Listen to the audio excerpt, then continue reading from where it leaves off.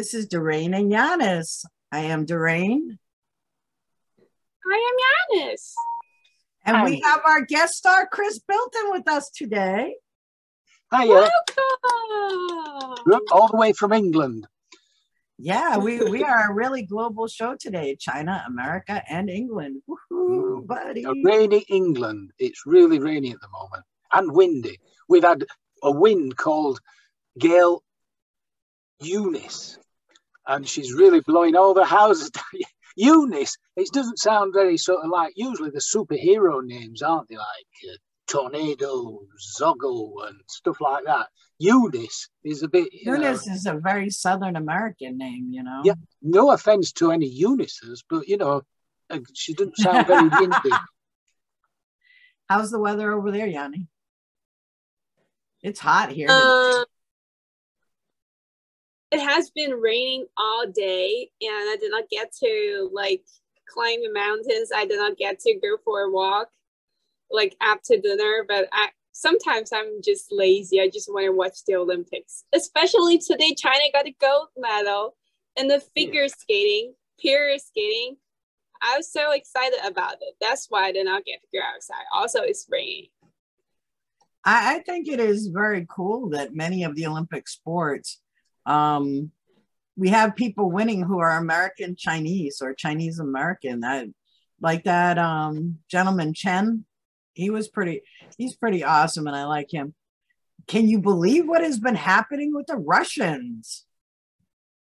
Wow. I think the Olympics needs to have a minimum age on it. I think you need to be at least 16 years old to compete in the Olympics. I do not think these kids are mentally able. And I think some of these trainers are taking these children for granted. And I think it's a form of child abuse. Did you see what happened to that one girl? They accused her of doping, but she's only 15 years old. You know, so some adult had to give her that prescription medication, number one.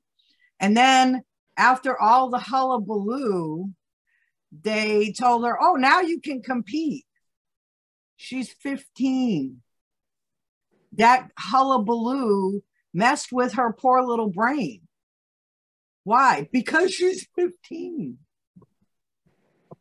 And then when she didn't win, what is her name again? It's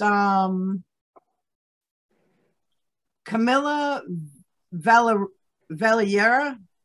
I'm not really sure how you pronounce. I'm not good at Russian. But here's this poor 15-year-old child. And the coach, as she comes off the ice, starts screaming at her. I hope there is a big guy in Russia that takes that coach out back and beats the tar out of him. There is no need to treat a child like that at 15 years old and in public and a little girl, and that coach should be ashamed of himself. That is not a cultural thing. That is being a bully to a child. That was horrible. I felt so bad for that girl. What did you think? Yeah, it's terrible, really. There should be more compassion. When you're involved in a sport like that, you need all the backing you can get, and you want emotional support as well, besides physical and training. I think it's really out of order. What did you think, Yanni? You're younger than us. Would you have wanted somebody to dope you and scream at you? I think it's just ridiculous. When I saw this message on Chinese social media, a lot of Chinese people are talking about this. It sounds like really ridiculous, especially as a coach. No matter what score that your athlete got, you need to like encourage her or like praise her. You have done a great job, something like that. I just cannot believe a coach did that. I cannot believe the lack of sport. I mean, the Olympics to me, you know, it's nice to win a medal. I'm not going to say it isn't nice to win. But the basis of the Olympics is sportsmanship. I was so proud. I do not think any country could have handled what happened with those Russian skaters as well as China did. I was very proud of China in that, because the next thing up after the poor 15-year-old was the 17-year-old. She got a silver medal, and there's nothing wrong with coming in second. She did a very poor short performance, although her long performance was fabulous, and she nailed those, what do they call them, quadruple jump, whatever that. I mean, I understand that, but she did a very poor short performance, and she still came out with the silver. But to sit there and her teammate, wait a minute, I need to show you the first one, because the 15-year-old, to me, she was somebody that was so special that I have to show you. This 15-year-old in the purple, look at her. She is beautiful, but she is a child. Why is she in the Olympics? Why do we have children in the Olympics? That to me was unbelievable. Now the gold medalist, who, God love her, look at her, she is beautiful. Now her name is Anna Sherbakova. And Anna Sherbakova worked just as hard as anybody else to get there, and she trained to a technically fine performance. But then came this Alexandra Trusova. She was the third, she was the silver medalist. And she sat there in front of everyone. I mean, yes, she did a good final performance, but her short performance was off. And instead of accepting that, she said, "Oh, I am never going to skate again. I am not going to go to the podium to get my medal." What kind of crap is that? You know, the one thing that we always knew about in the Olympics was sportsmanship. And this girl has no sense of sportsmanship. And the first girl who they all thought would take the first place at 15 years old, with coaches like this, they're not taught any amount of sportsmanship. All three of these young ladies are beautiful. All three of them worked very hard to get where they are. Why did you have to dope them? Why did you have to teach them how to not be sportsmen just to be spoiled little girls? That is not what the Olympics is about. The one that I really cheered on for, and like I said, the one who came in second place over here, all three of the girls that won were beautiful. They all did very well.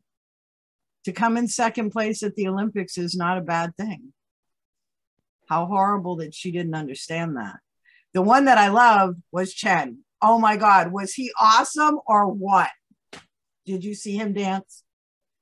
It wasn't even like he was skating. It was like he was doing this beautiful dance across the ice. Chris, did you get to see any of it? I didn't see that, no, but it looks really good. I dig the t-shirt. That looks great. Oh, dude, check him out on YouTube. It is worth watching. Yeah. Giannis, what did you think about him? I don't know a lot about him, and I did not watch him because I pay a lot of attention on women figure skating, but I know him. He is Chinese American, or American Chinese, Chinese American, yes, either way. He is awesome. I was really kind of.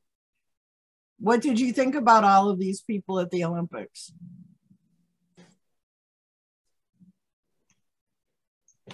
I know. I can see it in Giannis's eyes. Bing duen duen. Yeah, I want one. Can you get one Bing duen duen in England, Chris? I don't think. Well, is that the mascot? Yes. Yeah. Yeah, I don't think we can. At least I've not seen any. But if I get one, I'll know where to send it. Yeah, it looks really good. I I like love Big mascots. Dwindwin. He Yeah, is like the most awesome. He is yeah. The so mask. cool. The other, Do you know, in China, go ahead. I want to get one, but it's like, I keep trying. I keep trying online. It's like, I keep trying. They said, oh, we're going to release like 1,000 Bing Duan Duan at 8 p.m. And then it will be sold out like in 1 second. I got nothing. I keep trying for almost 2 weeks and I get nothing. It's just, oh my God, so crazy. Because all the Chinese people would like to get one Bing Duan Duan. And They're also all a lot of sold out here in Japanese people. America now. They're all sold out here in America now. But I'm waiting for mine to be delivered. I am so excited. I want my Bing Duan Duan. Is it popular in England? Yeah, yes. It's mascots are a big thing. You get people who collect them. Collectors of mascots anyway. But yeah, they all get snapped up, and there's not many left about for people to buy. Never seen any in shops, that's for sure. Okay, well, we have Chris today, and Chris is an artist. And I thought it would be fun if we talked about art today. We're looking at how much do art auction houses charge. And auction house operators are free to fix fees as they wish. But when they are fixed, they're supposed to be non-negotiable. And oftentimes here lately, that is not true. They try to renegotiate when they find that an artist is selling more, and they try to take a higher percentage. Now, the percentage can vary from auctioneers, and the sales generally run between 15 to 25%, excluding taxes.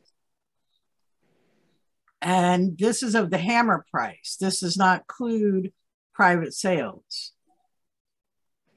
And according to Ashfelter and Grady, all of the art that we see is judged and priced by what it could possibly, fetch at a public auction, either indirectly or directly. I know, Chris, I've seen this with my work. I know you've seen it with yours. Giannis is learning about it. And in such, the auction houses are dictating people's preferences to a degree. And the art goes through price changes throughout time. What do you think about all that, Chris? Yeah, I think it's really bad that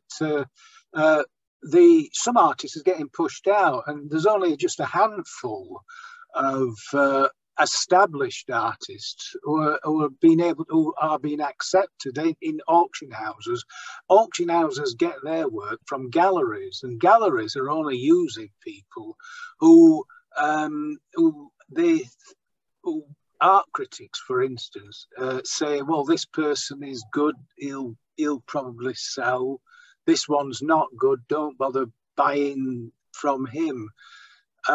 It's a bit of a monopoly with the galleries and the auction houses. There's tons of really good artists out there, but they've got no chance of selling and making good money. I know very few artists who can actually make a living out of it. I mean, admittedly, if you enjoy painting and you don't rely on making a living out of it, that's all well and good. But I just think it's not right that a certain few should be, favoured in this way. It's the way it is, and I don't think it's a very good idea. How do you feel about, if we look on YouTube or we look on the internet, this has certainly opened up the venues. Artists who once never had an opportunity to be seen. Agreed, yeah. Suddenly now you can find them on Instagram, or yeah, you can find them on YouTube showing you how they make their art. Yeah, that is brilliant. And it's like opened up the field completely to people who never thought they might be interested in art, having a go and finding out they've got a talent for it. But there's that many people now doing that it's quite difficult to, you're not unique. If you can paint and draw, you're not particularly unique because everybody can do it. It's a little bit like... I don't know about all that, because I look at, okay, like, I like to work with pour paintings. Now, there are 3 women. There's Olga Solby, there's this girl called Molly. And I'm trying to think of the other lady's name. Wait a second. Rinska Downa. Now, Rinska Downa, I would pay $500 for one of her paintings. It is amazing. Yeah. And you can see she just has this natural flair and talent. When I look at Olga Solby, hers is good. Hers is something, I mean, I might pay 50 or $100 for it.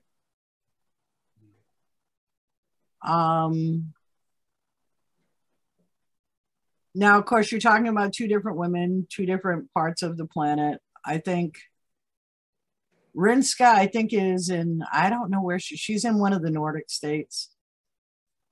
And I'm not sure where Olga is. I don't know where she is. She could be in the Nordic states or she could be here in the United States. I'm not sure. Molly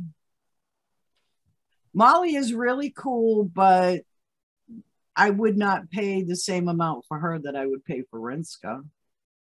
And they're both doing blowout paintings. They're both doing pour paintings, but Rinska's looks very professional. And Molly looks like my friend that is trying crafting. I'm not putting her down by any means. Do not get me wrong. I do like her work, obviously. I know her name because I've watched her videos. But Rinska is an MC Escher. She is somebody who is unique and individual. You know what I mean? Oh, yeah. And the other thing that with the YouTube and with even WeChat or Weibo and Facebook and Instagram, because you get to know these people. I mean, when we had MC Escher, what people knew about MC Escher is what they found out about from the newspaper. You know, like him walking the aardvark. With Rinska Downa, it was so cool when she got pregnant. When the baby came early and was in danger, all of us held our collective breath. And I think there were so many prayers around the world for that little baby. In writing, we see like Jesser Phillips, who was a Marine and he's now back home. And he has a whole farm full of kids. His wife, you see her on Instagram, Captain Sweatpants. But she had a baby that was really early. And again, the whole world collectively. There's also an artist called Miriam's Fluid Art. And this woman does many different techniques. And she set up a Facebook group and she has her own channel on YouTube. But she got ill. And everybody noticed suddenly she had stopped posting on she had stopped posting on YouTube. She had stopped posting on Facebook. And everybody is like, where is she? What has happened to her? And when they found out she was ill, nobody really knows the illness. We don't know if it's cancer. We don't know if she's just got, nobody knows. but the outpouring of sympathy. Now, we are 2 years later with Jesser Phillips' early child being born, but we watch his life happen. Even myself on social media, people connect with you. They see, oh, well, she's going to work out. I should work out too. Or, you know, some of the art that I have been trying. I think the funniest thing is people look at my art and they're like, oh, I can do that. That is so easy. And then they go try it. You don't know how many times I have been yelled at. You make it look so easy. You must have heard that too, though, Chris, because you do make it look easy. Yeah, as we know, though, anything that looks easy has taken years of practice. And that's what people, unfortunately, they compare themselves with people that they see on YouTube or on Facebook or Instagram and think, I want to do that. Well, to do that is taken a long time. But having said that, it doesn't mean that they can that they shouldn't stop just because they're comparing. So that's the worst thing you can do, is compare yourself to somebody else. You've got to find your own style, and that comes with a bit of practice, and then go your own way. But don't look at other people and think, I want to do it like that, to the exact lens of their work. You've got to have your own technique. And as long as it's fun as well, that's the main thing. If you enjoy doing it, then that's and if you can make a living out of it, all well and good. If you can get the galleries to buy your work, then you're pretty much on the way to a successful career. But that is few and far between. The road to success is littered by people who thought that they might want to be an artist, and it turns out it's not that way. I've been lucky that I've done other work besides, and I didn't have to rely on that, which is a good thing. But you know, not everybody's good at something. Mine is carried in different shops. I've never used a gallery. Yeah, I've had exhibitions, but in the end of the day, it's a poor way of making a living, exhibiting in galleries. Now that the internet's here, this is the brilliant thing about the internet, is everybody gets to see it. Millions and millions of people will see it, rather than a few hundred, or if you put them in a gallery in a big town. So it's great that we're all kind of equal in one sense now. The big galleries may charge as much as they want, but we can still sell things on the open market, which is always a good thing. So yeah, it's there's ways and means. We also have to look at. I saw a recent piece in ArtNet News. We can see that more people are opting for private sales. Why? Because they can get a better deal than the gallery. And a lot of the galleries have started to push their big rituals. Art Basel in Switzerland, you have Miami and Hong Kong, whereas the auction houses celebrated the major masses during auction weeks in May and November. These private sales can go on all year round. And Sotheby's and Christie's, which are the famed auction houses of the 1950s, have started building this into their model of business. And they have started encouraging their specialists to do private sales. Oh, that sounds Have you noticed that? Yeah. No, I must admit, I've not seen it, but it's an encouraging thing, yeah, that they're doing that. Yeah. I mean, they put these pieces up on private sale because they can get more money for it. And if they get more money for it, as opposed to going to the auction itself, then they make more money. Yeah. I mean, if they'll sell it for $1 million in the auction, sometimes you can buy that same painting for $750,000 in a private sale, or sometimes they might get $2 million in a private sale. because you were able to buy it before it went to auction, you know? Oh, yeah. So when you think of Christie's and Sotheby's, you have to come into this thought of not just auctions, but private sales. Mm. And, you know, it was along that thinking that is part of the reason I don't sell at galleries. Not that galleries have not offered. I had 2 galleries down in Miami recently offer to carry my things, but I think I like to reach common people. I like to have my stuff in everyday places. So this is a big thing for me. Oh, yeah. Yeah, it's great that everybody, I think that's a good thing, that people can, you've got to make it affordable and then people will buy it, obviously.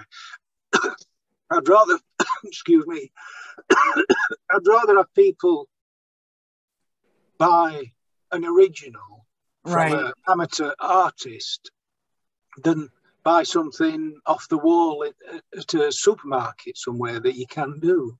Yeah, I agree. Okay, Yanni, I have something special to talk to you about. Do you know about a fox? Yes. What do you know about foxes? Tell me about foxes. It looks really strange. I think they are so cute with their little bottle brush tail. It looks like a dog, actually. They kind of do, don't they? Yeah. To me, they look like a cross between a dog and I don't know what.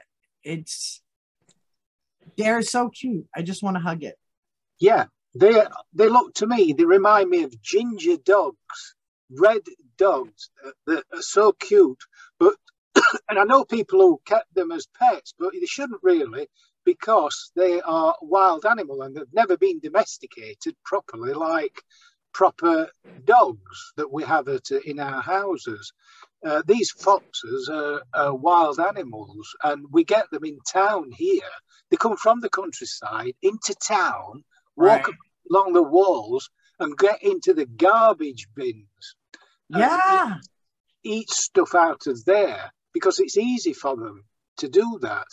And then they bring the cubs and things like that, and we get them in the gardens. And well, back in medieval times, they used to do fox hunting, which, you know, back then they would get the fox and they would use the fur for coats, which we don't do anymore. Yeah. And believe it or not, some people ate fox meat. Yeah. So that was back then. Mm. Now, fox hunting is illegal, and it should be.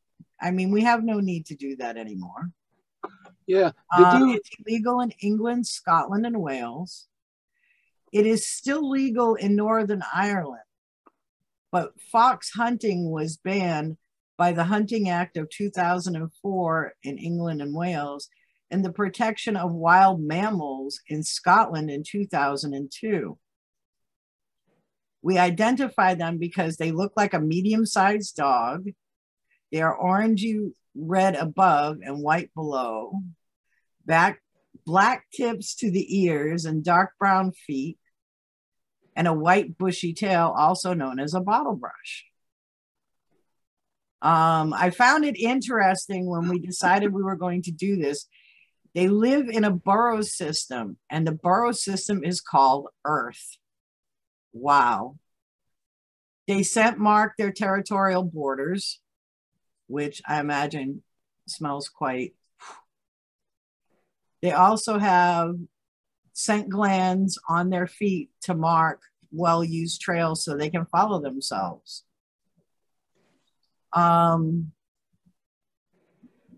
They prefer to eat rodents and rabbits. They will also eat birds, amphibians, and fruit.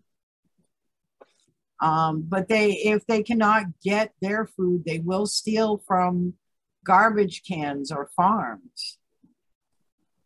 And in the USA, we also have them. They can be found from Alaska all the way to Florida. You get white foxes, don't you, in some places because of the snow? Yeah, we have white foxes up in Alaska, but here down from Maine to Florida, you find a lot of red fox. But you do not find them so much in the Southwest. I don't think they're really lovers of deserts.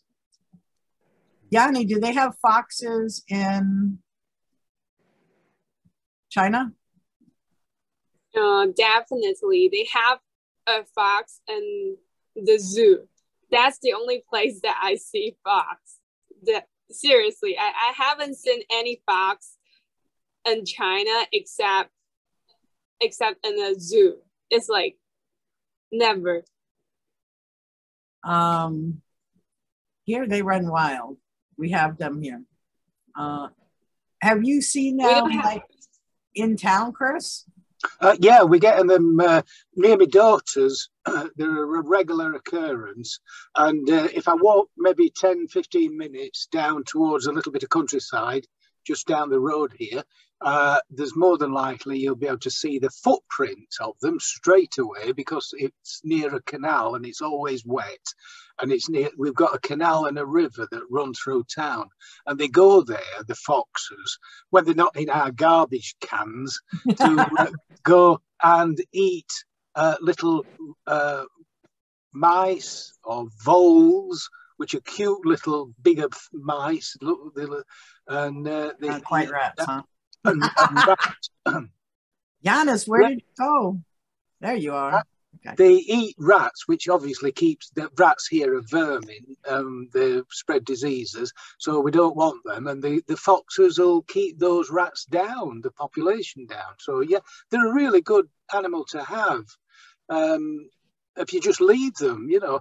One problem that they're known for here is if they get into a chicken pen where you keep your chickens, they will sort of pretty much chow down and kill all of them. But people think they do it unnecessarily. They just love killing things. Well, foxes don't love killing things. They kill them to eat them. And what they'll do is they'll kill them all in one fell swoop and take one back to its set where its little cubs are, let it eat that, and then it'll come back for the others. But the thing is, when it's gone, the farmer or the person who owns the chickens will turn up and say, look at that fox, it's killed all my chickens, it's just done it for the fun of it. Well, it hasn't done it for the fun of it. It's going to come back if you left it.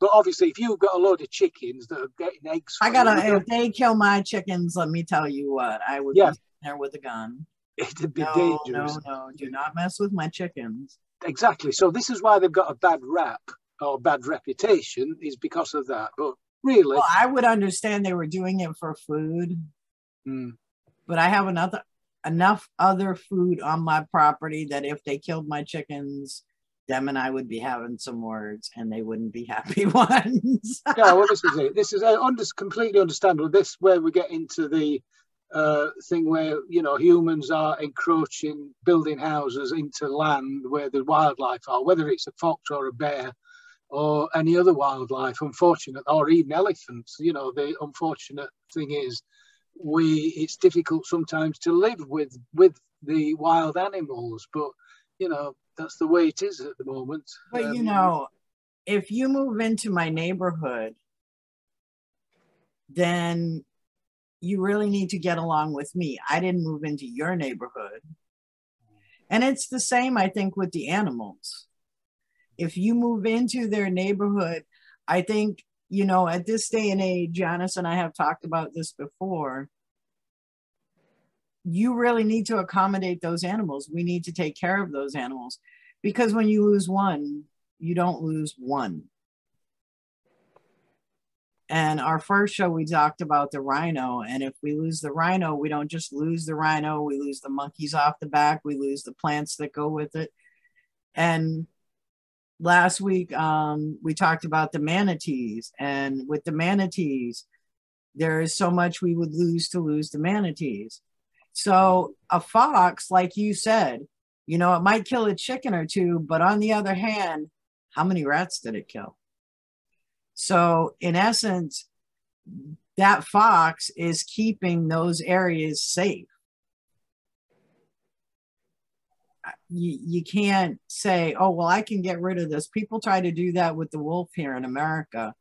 And they found out very quickly how wrong they were, especially out in Yellowstone, but that's another show. We'll talk about that another time. Okay, our next thing that we have up to talk about is microphotography.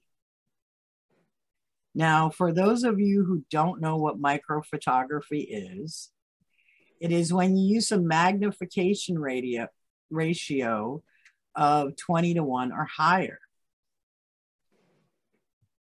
This is an unusual form of photography. It is really cool though. Digitally, it can make some fabulous backgrounds. It can also allow you to see on a microscopic level. Here, let me show you. Now, Giannis, when we look at this purpley white thing here, what do you think that is? Sugar. No, it is awful sweet. That is me. It is what? Several years ago, I had a stingray who took his little tail and stuck it into the side of my foot. And while it was healing, I got a microscope. And this is actually my foot, which, wait a minute here. Let me show you, because believe it or not, I still have the scar from it. On my birthday, I had a stingray who popped the thing in my foot. Can you see? See that red spot right there? Yeah, what is that? That is the scar from getting punctured by a stingray. And when I got punctured by the stingray, it made this amazing hole in my foot. And I was like, oh my God. And I had just gotten a new microscope and I was like, oh, this is so cool. And so this is a picture of that hole. The red you see is actually my blood. The white you see is actually the skin that was healing from it. So when you talk about microphotography, you're talking about things that are so teeny, tiny, but bringing them up to scale so you can see them. Chris has been doing this lately, and he uses the microscope on his phone. Such a simple item that you clip onto your phone and you can get really close up. It's the great thing about macro photography is that there's a landscape down there in the photography that is like, if you, for instance, I did some close-ups of some moss on a tree. Right. And if you look at it closely, I should have brought a picture of it, but if you can imagine a rainforest from above, that little tiny piece of moss looks like a rainforest. It's very similar. And if you look at the veins of a leaf, it looks like the veins of inside your lungs, or the veins of a tree. Leaf to a tree, you know, they're all very similar. It makes you wonder, you know, and if you photograph crystals from the side, it looks like a landscape of spreading out tundra. These gems that you see here, if you look at them, you know, if you had them at your eye and you're looking at them, they look clear. But as you can see, there's little lines in them that the naked eye would not pick up. These were the gems that I got when I went to Georgia and we went gem mining. But it's funny, you're talking about a leaf. There is the leaf.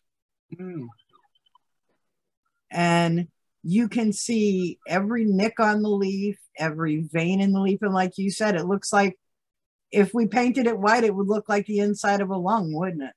Yeah, incredible. Really Yeah. is. I mean, I was reading the article about macro and micro photography. And there's an amazing amount to be seen on a microscopic level. And I read this in Peer Space. And it was called Microphotography, What to Know and How to Nail It. But I felt like the article was only looking at cameras. And they really weren't considering, I mean, I have to show you. I went onto Amazon because I remember when I bought my microscope, it was like 20 bucks. Oh, excuse me. And now when you look at these microscopes, I don't think the writer thought about how cheap they are, how easy they are. I can get a really good microscope, as you can see, for $24. I can get a better microscope for $41. And for $100, I can get an amazing microscope. So, Yanis, have you ever thought about taking pictures with a microscope? Yes, when I was doing the experiment in the biology class, we used that. I remember about that, but I mean, you take a lot of life. pictures too. You're like me, you're a pictureaholic. And something like this, it's really kind of amazing because it brings us into an area of digital art. And, you know, when we think of art, art is built up in layers. You have your back layer, which if you're painting, you always paint the background first, and then you move forward in your layers. And digital art can be many things. You can take a picture of this and a picture of something else and meld the two together. Digital art has so much to offer. Now, when we think about digital art, all I have to do is look behind Yanni. Yanis is great with digital art. If you look behind her, you can see me and her in the balloons. Oh, yeah. So, yeah. Yeah, great. And this is her doing, I mean, she has made me videos for my birthday. She has done some really amazing artwork in the digital landscape. Brilliant. Yeah, really good. And when we think of digital art, you know, there's a whole new landscape emerging. I mean, Chris, you and I know we are old, but when we look at Yanis's age, they're doing fantastic things. Let me show you. I saw something when you and I were talking earlier, and I think it would be very cool to share with the audience. You do a lot of digital art too, Chris. Yeah, it's a great thing to use your imagination. You kind of make it up from scratch, and you can do anything you like, and it's all very realistically. It's strangely realistic, but in an imaginative way. Very surreal, I think the word is. Like you're a surrealist.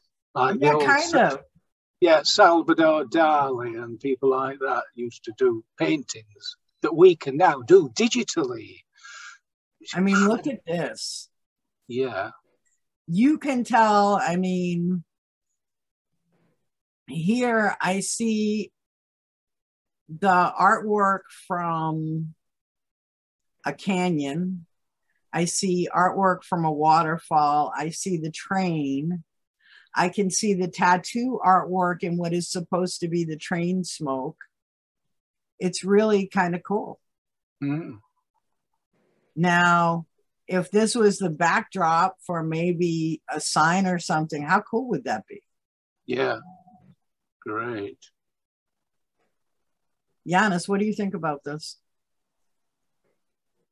It looks cool.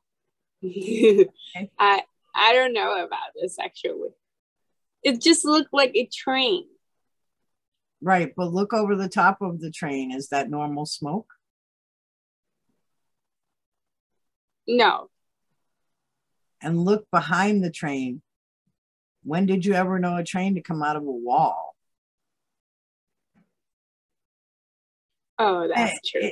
It's like, you know, when you think about Dolly and Escher, this gives you the chance. I wonder what they would say about this. They'd have a field day. They'd love it to be able to use digital artwork to make their own work. They'd do it a lot quicker as well. Took them weeks to paint a surreal painting, but with digital art, you can do it in a matter of moments. It's just amazing.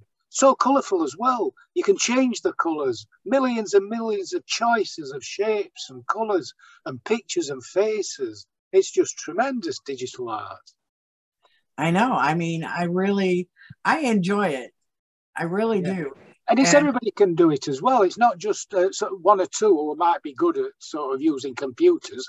It's open to everybody. We can all be digital artists, and it's completely unique to our specifications. How wonderful.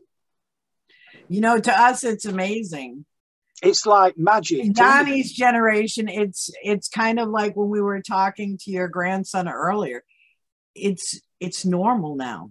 Yeah, it's no surprise at all. But to me and to Dee, for us, it's just like, wow, you know? Yeah, it's like magic. It really is like magic. It's voodoo. It's black magic. It's something, so strange. But yeah, we can do it. Oh, wow. What about that? We can do it. Oh, the old folks can have fun too. I think that's the coolest part of it is it doesn't matter what your age is. Now, we want to speak of global events, and we want to speak of how important it is to learn to read and write. Last week, we talked about Dolly Parton giving away money, but we also had to admit that this woman has given away over 1 million books. I mean, can you picture that? Prior to her, the biggest one for gifting away education was Dale Carnegie. To be a person of celebrity, I think it is so funny. I am Bill Gates and I am giving away this and I am giving, dude, not really. You need to dial it back some. Your foundation is doing things, yay, off of the money you made on people. When I think about Dale Carnegie, the money he made on people, he returned to them in the venues of libraries around the world. Dolly Parton was a woman who came from nowhere and had nothing. And she used her celebrity status to benefit education around the world. And she used it to give up books.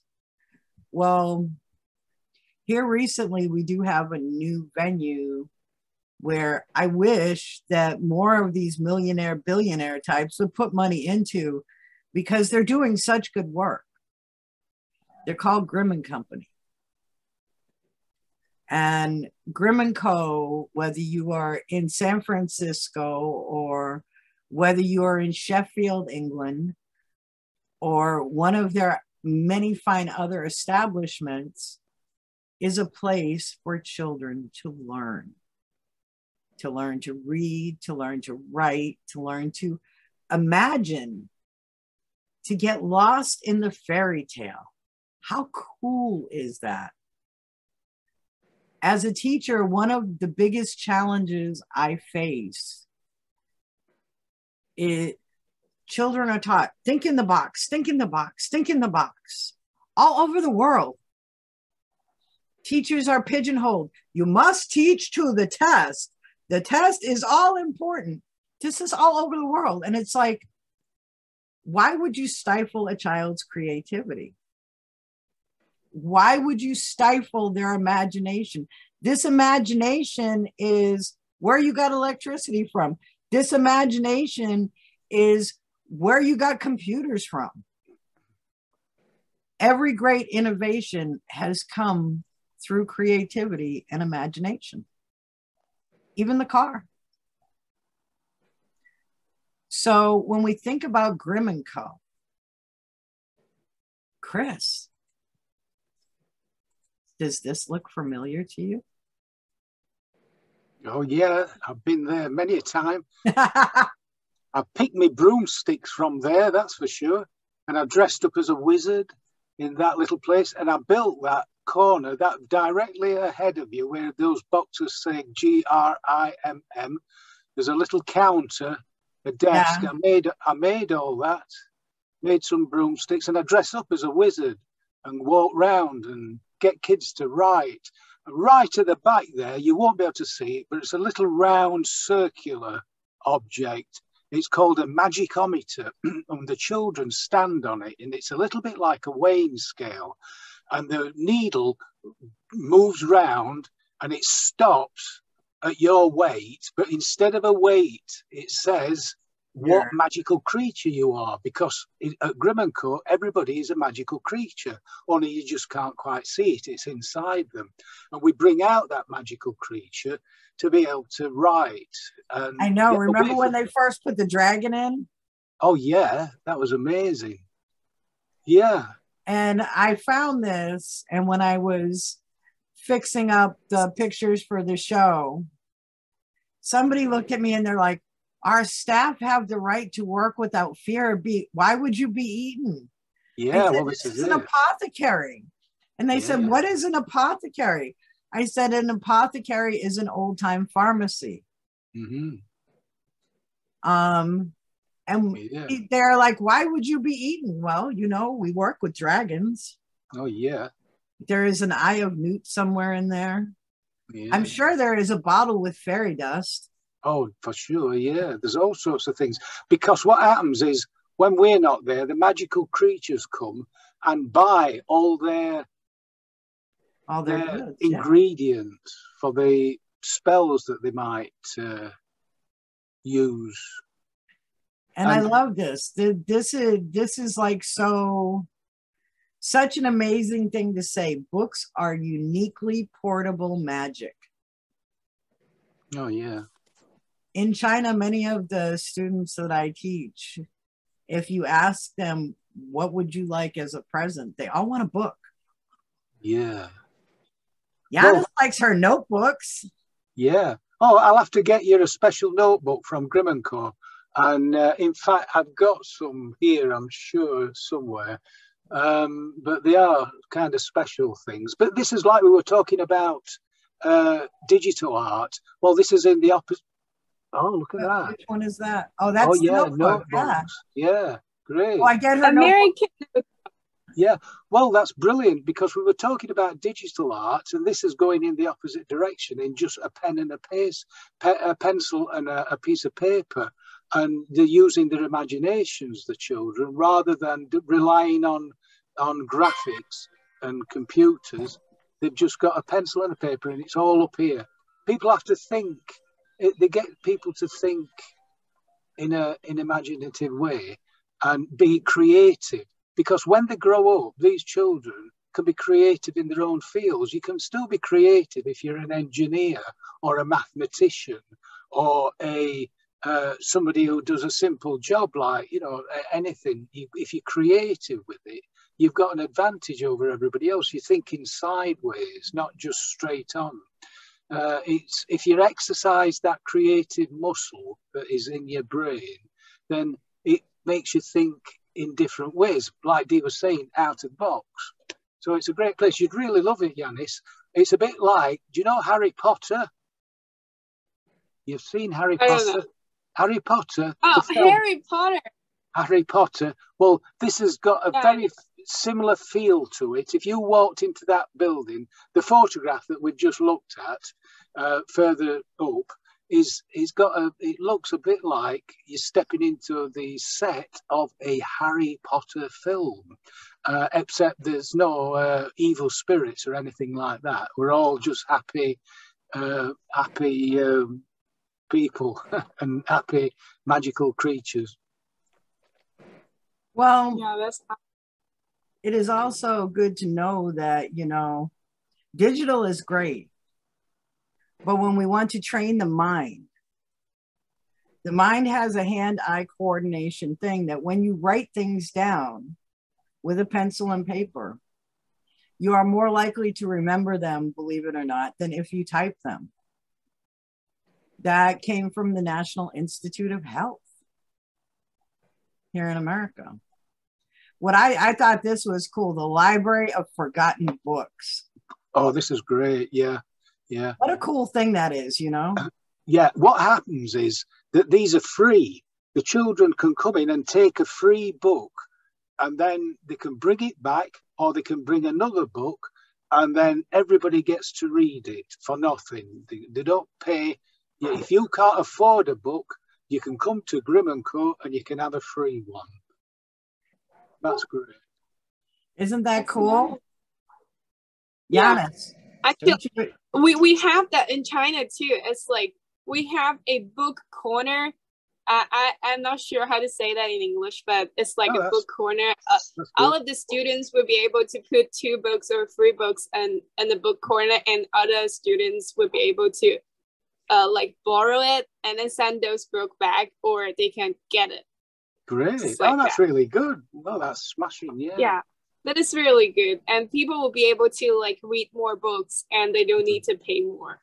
Yeah, that's good. Yeah, knowledge is something that should be for free anyway. All knowledge, all learning, really, ultimately. I know it doesn't work that way, but if we could all pass on a little bit, I think we're all learning all the time. We all learn about different things every single day, every minute. You're learning something all the time. Now, if I take down my magical background and you look behind me, you can see there is a bookcase. I can see it's messy. Well, yeah. And there's another bookcase. Well, because I do so much, It is messy, but, it is my home. You can see it's messy. I have a Giannis here to help me. What can I do? That's true. That is the main point. I know. I need to be back in China where I have a Giannis to keep me straight. I can be wild. I am in America. Then I have to go back to China and behave again. My Giannis. Behave. Behave, yes. Do the right thing. Be correct. Act correctly. Do the right thing. Do the things right. Is that the sentence that I saw on the internet? Yeah. It seems like. Yeah, be correct. Do things correctly. Well, in China, I am a professor. In America, I am a pirate. Pirate. Always, always, always. But that is part of where my Chinese name comes from, Ulan Feng, Chris's daughter recently did a picture of Ulan Feng. Did you know that? Remember, Kay just did that. Yeah, my daughter is an artist as well, and she paints dragons and things like that. And she loves to do. His daughter is an amazing artist, and she really is she's an amazing magical creature all on her own. Kay is one of my favorite people, and her artwork, as she has grown, her artwork has grown. Do you know? How old is she now? She is nearly 40. She's 39. You're not supposed to tell people this. Oh, yeah.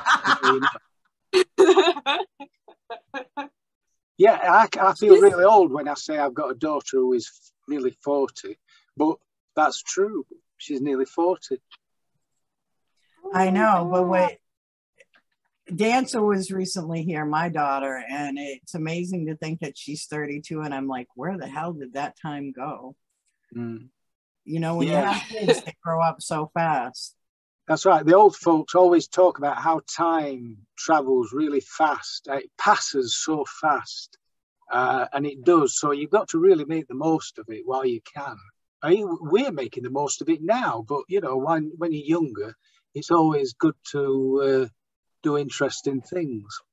Now, Kay is a tattoo artist. She is extremely unique. She does really cool artwork. She's working on a double phoenix right now, the red phoenix and the blue phoenix. Blue phoenix. Oh yes, Ulan Feng. Ulan Feng, baby, Ulan Feng. That's so cool. Wait, I have to show you. She is really cool. Now, years ago, if I had met her on the street, I would have grabbed the children and said, come here, come here. But, you know, growing up and knowing Kay as I have known Kay, and I have watched her grow up. I have been part of her children's life. When she was pregnant, I got to be part of the pregnancy. She sent me baby bump pictures and everything. Oh, she is like the most unique and cool individual. Here, let me show you. This is her dual phoenix. Oh, that's so cool, especially the red one. The red one's finished, and the blue one is just a work in progress. Yeah, still working on that. But they are both very beautiful. But wait, you have to see her. Yanni, this is Kay. Oh my God. Isn't she so cool? Yeah. And yes, those are really studs in her face. Eyeshadow. The eyeshadow. Yeah, she does, like I said, she does an amazing job.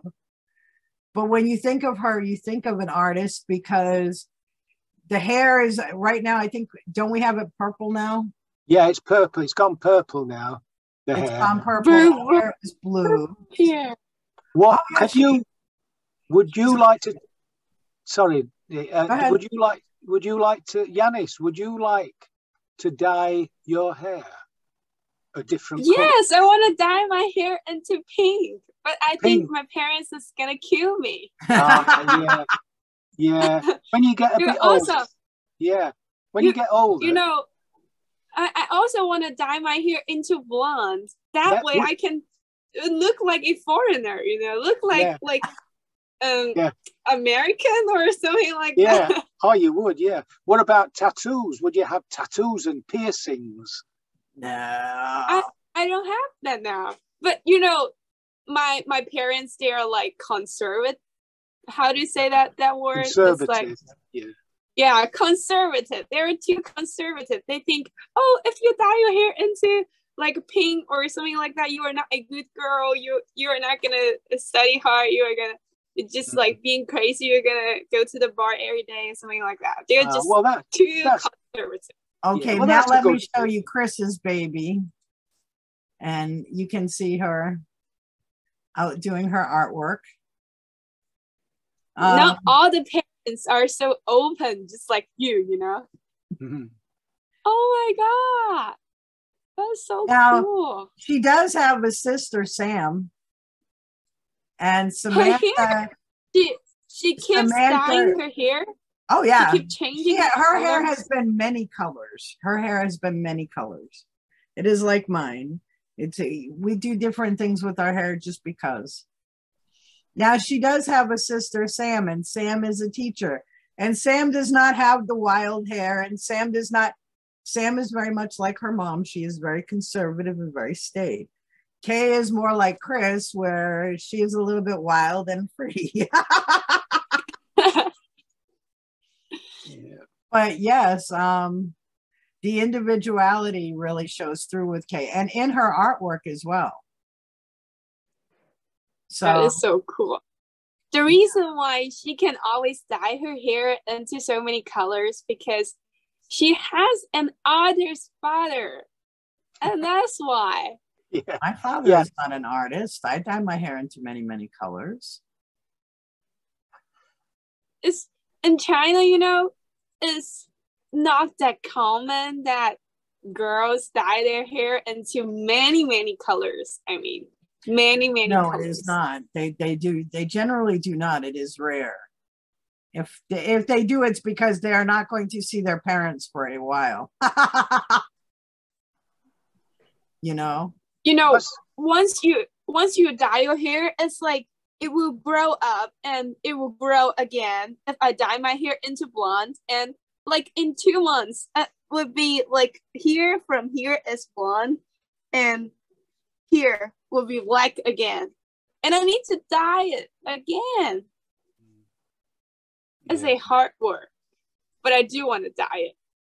Yeah, I do want to dye. You know, when Doreen was in China and I was walking with her and we were talking in English, and somebody was like in a bank. We went to the bank and do something like transfer money back to America or something like that. And the staff there asked me, "Oh, what is the relationship between you and her?" I was like, "What the hell? It's none of your business. Get the fuck away from me." It's like ridiculous. It was, you know, if I dye my hair into blonde, nobody's gonna ask me the question. Ah, I will just look. Yeah. I want me to look like an American, you know. That's not a bad thing. Yeah, why not? You know, you got to get out of your box eventually and see the world and be different. Although your parents are thinking the best for you, it's just that's the parenting thing that people do. You know, they want to look after the children, but the children sometimes don't want to be looked after. They want to go their own way, which is that's the way things happen. You know, you break away eventually and you do all these crazy things that you want to do. That is brilliant, you know. Now, Chris, I want to share with you, we are talking about art, and Yanis is being very humble because she is Chinese and Chinese people are humble. But I am American, so I am not humble about anything. Where are you going, Yanis? I cannot see where you are. Okay. I got 10%, so I need to charge my iPad. And it's okay. We keep talking and I keep charging it. Okay, you charge the iPad and we will be right here with you. Now, being a mentor of sorts for Yanis, I have to brag about her and brag about the work that she does. Can I show you my Yanni artwork? Oh, yes, please. I haven't done any artwork. She's just lying. No, I am not. Look at this, Chris. This is what they call wow, look at that. Have you done that, Yanis? Oh, yeah. That's really easy. Oh, that is so good. So I am not a liar, right? This is my Yanis artwork. How have you done that? With a pen? Is it a pen? Oh, no. I used a little knife. You know that this is the paper cutting. You use a little knife and then just like drawing on it. And then that is so good. So much patience to do that. You're really good. So much talent. That is real patience right there. I don't know that I could do that. No, I couldn't. I wouldn't have the patience to cut with a little knife those shapes. That is beautiful. Really good. It's easy. It's easy. Talk about digital artwork. Yeah, easy for you to do. Birthday. Here's what my Yanis did for me. Oh, that's beautiful. That is really good. So it is interesting to see how people are coming along digitally. Whoops. Yeah. I am on the wrong thing. We do not want to see that. Okay. Whoops. So Yanis's artwork is absolutely beautiful. Oh, you're so talented, Janice. That's not true. It is true. You were showing the picture like 2 years ago. What? Well, that's good. Doesn't matter. It's great. It really is. No. But that's the only thing that I can do, you know. paper cutting. That is the only No, thing. you do a lot of digital artwork. You do video artwork. I am I am very proud of the work you do. I think it's pretty awesome. I sent the paper cutting to my psychology teacher. Oh yeah. When I think of Chris and Chris's artwork, Chris likes to paint. So one of the things we will notice about Chris's artwork is look at the depth of color. How cool is that, Yanni? Wow, I want to touch it. It is really neat. As a matter of fact, talk to Chris for a minute. Yeah, that's where it's out in the countryside, and it's been raining, and the clouds are blowing, and the water is running down the path, and it was really wet. Oh my God, it's so cool. What about at the bottom? Is it your name? Your sign? Oh yeah, that's name? mine. That's my name. Yeah, Bilton. Okay. Now I'm going to show you. Yeah, Bilton, Chris Bilton. Chris Bilton. Yeah. Now, let's see if I remove that's so cool. my background. So, as an artist, do you sell your artwork for money? Yeah, I do. Yes. Yeah, I do sell it for money. Yeah. Wait a minute. Here, oh yeah, look at that one. Yeah, I did that a long time ago. Yeah, that's a castle in the background that's near where I live. Is it a horse? That's a horse galloping. That's a beautiful horse galloping through the field. Oh my God, that's so good. Isn't it? Bilton. That is so cool. Why she has one? Say again. Because I am special. Why she has one? One of your paintings. Oh, why she has do one I have one? Is what she's asking. Because we're friends, and I give paintings away to friends. I'll give you one if you wanted. I could send you one, but I sometimes. Yeah, I want one. I want to have one. Okay, we'll sort it out for you. Yeah. Do you want a landscape? You want a landscape, don't you? Like we were looking at that picture. One of my small paintings. Whoa, look at that. Oh my God, that is so cool. And I use paints that I get from around the world. And these are paper cuttings. Those are paper cuttings under there, Yanni. These are paper cutting fairies. I got them from China. Nice. And I tend to put epoxy on everything, and I like doing it on wood as opposed. Chris likes using canvas. I like using wood. Every artist has their own preferences, I think. And you have to learn through time what you like, what you don't like, how do you like to do it. I mean, this was a simple pour painting. And I wanted to embellish it. And embellish it just means to add on. But I am kind of funky. I like to do the epoxy because I think about kids. And a lot of my work is for households with children. And they like to touch, and they like to touch with their grimy little hands. And I like it so you can just wipe it off. You know? That one is like something that would go into a kid's room. I'm crazy like that. But I love paintings, and I have them. How long have you known Chris? How long have you? How old is Aiden? Friends. How long have we known each other? How old is Aiden? How long have me and you? I know, but how old is sorry. 16. Okay, so Chris and I have been together almost 18 years. Only 18 years? Only 18 years. Yes, it feels like forever. But, you know, we have written books. I hate this background sometimes. It just wants to take over. Just take it over. Show everybody your messy office. See, we did the Chronicles of American Boudica. We have done children's books. Chris and I work well together. Do you sell it for money? Yeah, my books are on sale on Amazon. Our books are on sale on Amazon. How much does it cost? Depends on the book, I think. The children's books are cheaper. And we've done the children's books, honestly, so you can print them out and you can color them in.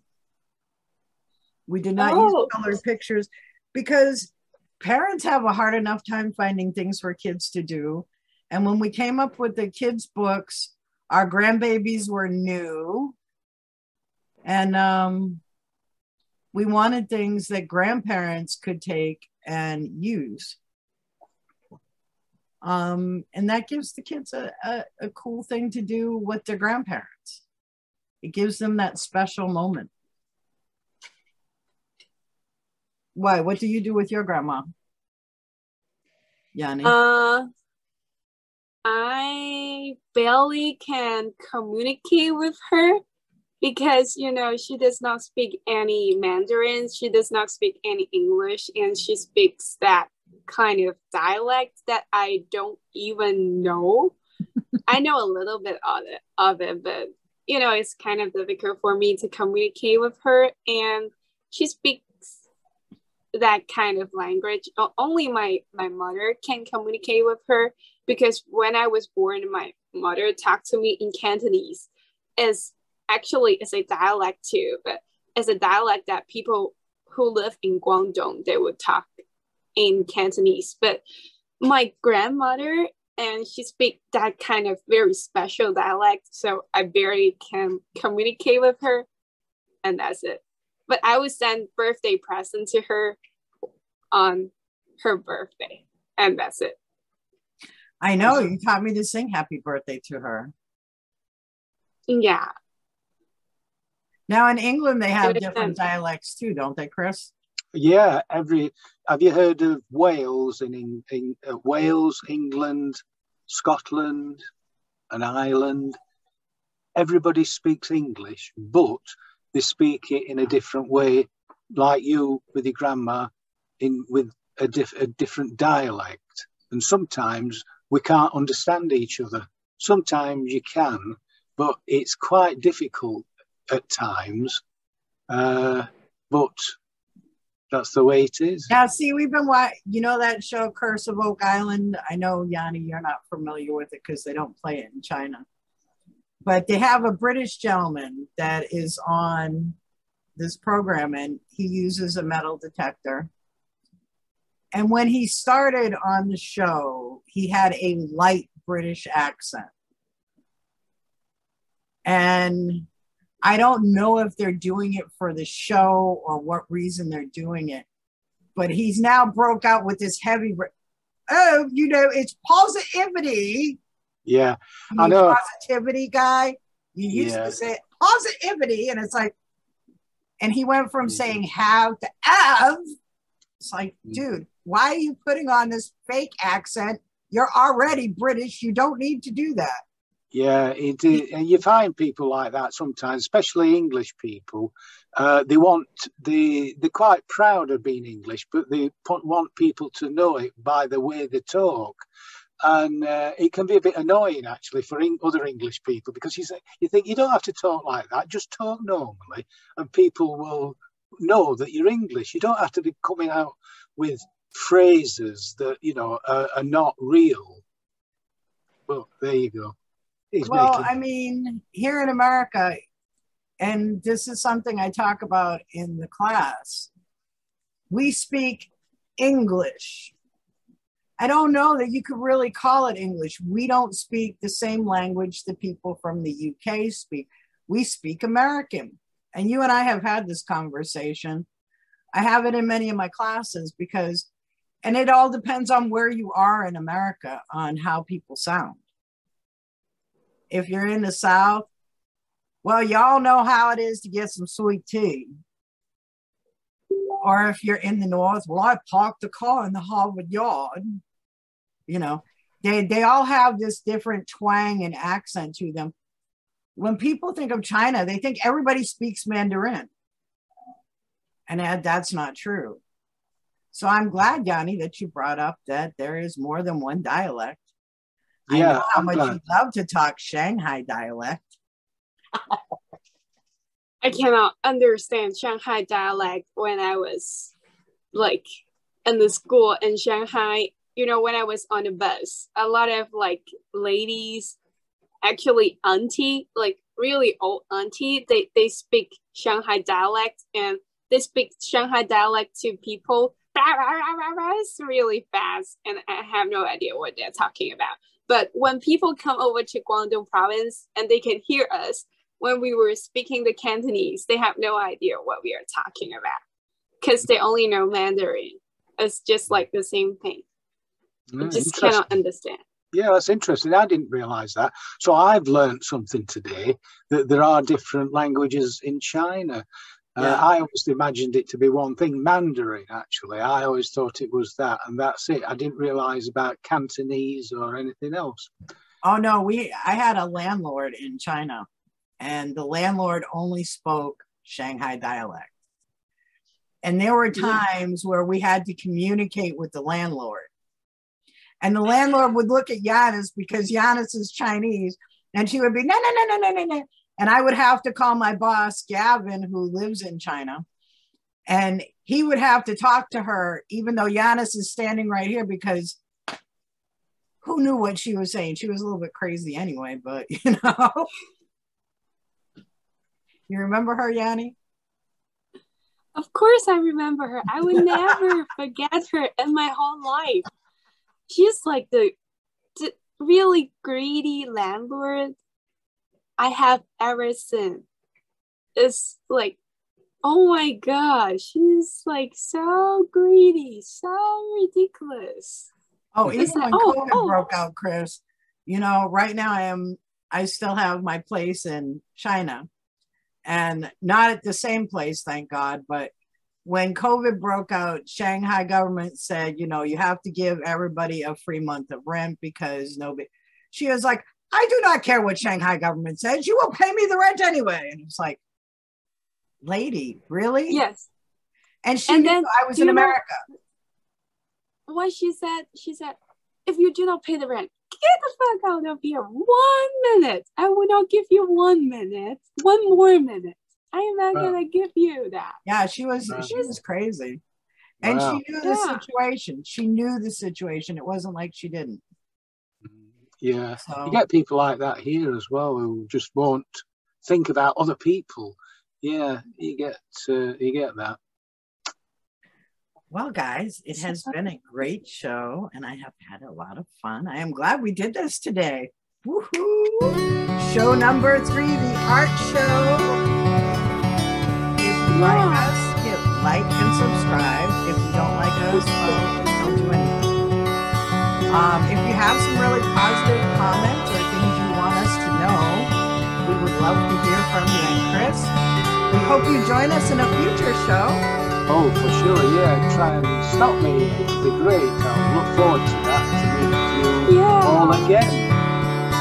Nice to see you. Like watch our show. Nice to meet you, Yanis. Nice to see you, Dean. Bye-bye. Hope to see you soon. Bye-bye. Bye.